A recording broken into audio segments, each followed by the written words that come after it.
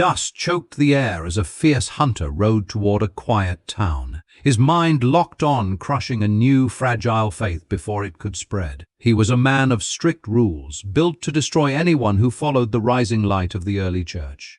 This was the dark machine of the time, a harsh system where powerful leaders used fear and chains to keep total control. To be a true leader, an apostle of the old ways, meant showing no mercy to those who dared to speak of a risen Savior. The system was cold and exact.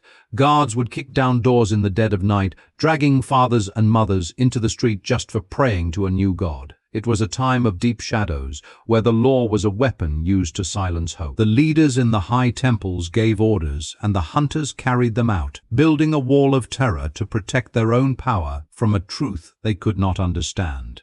The hunt was planned with chilling care. Spies would listen in the markets, hunting for whispers of secret meetings or the sharing of bread. Once a home was marked, the arrest papers were drawn up, signed with heavy wax seals by the high priests in the great city. These letters were a death sentence, giving the hunters the total right to bind believers in thick chains and march them away. Every step of the raid was measured. The men would strike when the sun went down, moving in silence to trap the believers inside their small clay houses. There was no trial right then, only the heavy thud of boots and the tight grip of iron around wrists. The goal was never just to punish one person, but to break the spirit of the entire group, leaving empty rooms as a warning to anyone left behind. The result of this brutal work was a trail of broken families and silent towns. The man leading this charge, the fierce leader who would one day be known to the world as the great apostle Paul, left a deep scar on the early believers. Before his heart changed, his actions forced the faithful to hide in caves and dark cellars, turning a movement of bright joy into a desperate fight to stay alive. Because of his unstoppable drive, the new faith was pushed to the very edge of ruin. Towns that once rang with songs of hope grew quiet, as neighbors learned to fear the sound of horses on the rocky paths. The heavy cost of his hunt was measured in tears and empty chairs at the dinner table, a grim proof of how far a man would go when he thought he was doing the right thing. Inside those hidden rooms, the air was thick with a quiet, crushing dread. Mothers held their children close in the dark, jumping at every snap of a twig outside their window. The fear was a heavy blanket that made it hard to breathe, a constant worry that tonight would be the night the angry men came for them. Yet even in the grip of this terrible fear, a strange and quiet strength began to grow. Broken people knelt on dirt floors, weeping as they whispered prayers for the very men who wanted to end their lives. Their tears were not just from sadness, but from a deep, stubborn love that refused to be put out by the cold iron of their hunters. It was this exact kind of dark, heavy day when a man named Saul packed his bags for a new hunt. He held the crisp, sealed letters in his firm grip, his heart burning with a fierce anger against the believers in a distant city. He stepped onto the dusty path, completely sure of his dark mission, unaware that his entire world was about to break wide open. The road stretched out before him, long and baked by the hot sun, a quiet stage set for a clash between human anger and heavenly love. With every mile he walked away from the high temples, he marched closer to a moment that would shatter his hardened heart. The hunter was moving fast toward his prey, but he did not know that a blinding light was already waiting for him, just around the bend. The world around Saul was as hard as the mission, burning in his chest. Dry winds whipped across the rocky ground, kicking up thick clouds of choking dust. There was no shade, just miles of cracked earth baking under an angry sun. This harsh land did not forgive mistakes. Every step he took crunched on loose stones, echoing loudly in the empty desert air. The bright light bounced off white rocks, making it hard to see, but his dark eyes stayed locked on the path.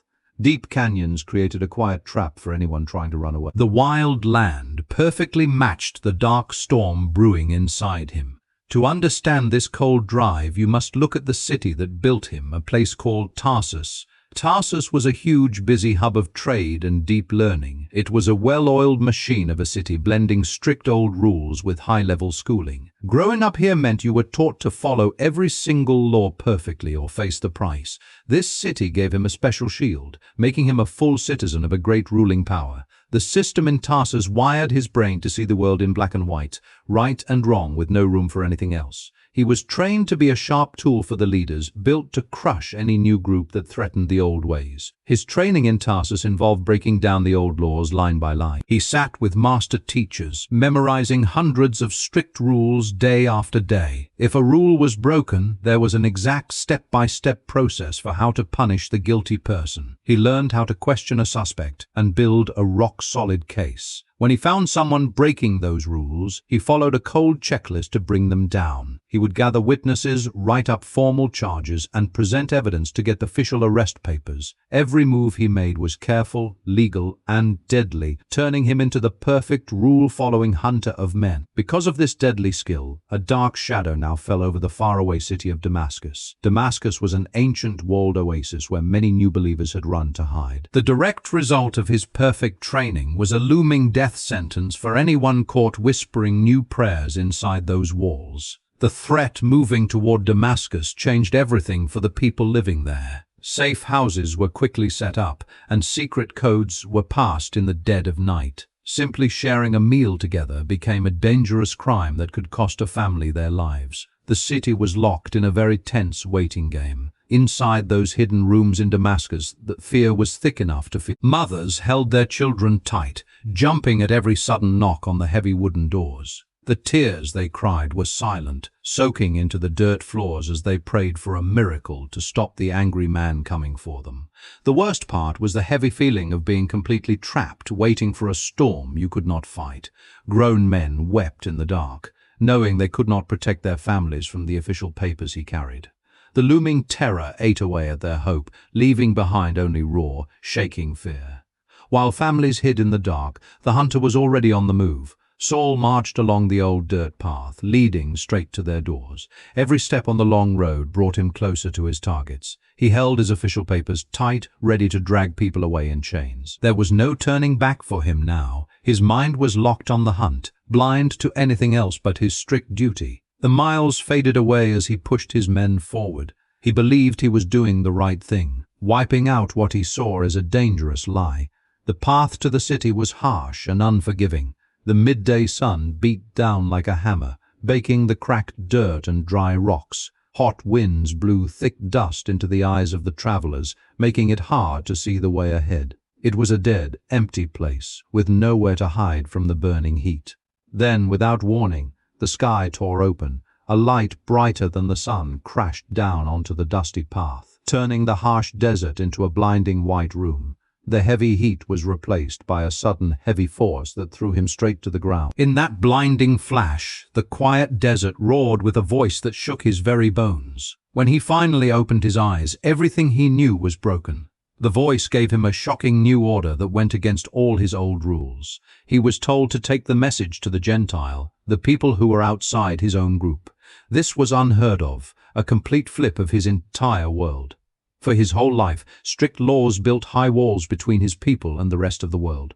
Now, he was commanded to tear those walls down and practice total inclusion. The message was no longer just for a chosen few in one small place. It was meant for every single person on earth, no matter where they came from. To make this happen, he had to leave his old life behind and start walking. He planned out massive missionary journeys that would take him across stormy seas and dangerous mountains. He walked into strange towns, stood in crowded markets, and spoke to people who had never heard his name. He planted small groups of believers in every city he passed through. Those long, hard trips changed the map of the world forever. What started as a tiny, hunted group turned into a massive movement that could not be stopped. Early Christianity spilled over the borders of the desert and rushed into the biggest cities of the empire. The old ways of power began to crack under the weight of this new truth. The words he wrote on cheap paper by candlelight became lasting laws for millions of lives. His letters traveled much farther than his feet ever could, outliving the kings and armies of his time. A single man's change of heart built a foundation that stood strong for thousands of years. The hunter had become the greatest builder the movement would ever see. But this massive change came with a heavy, painful cost.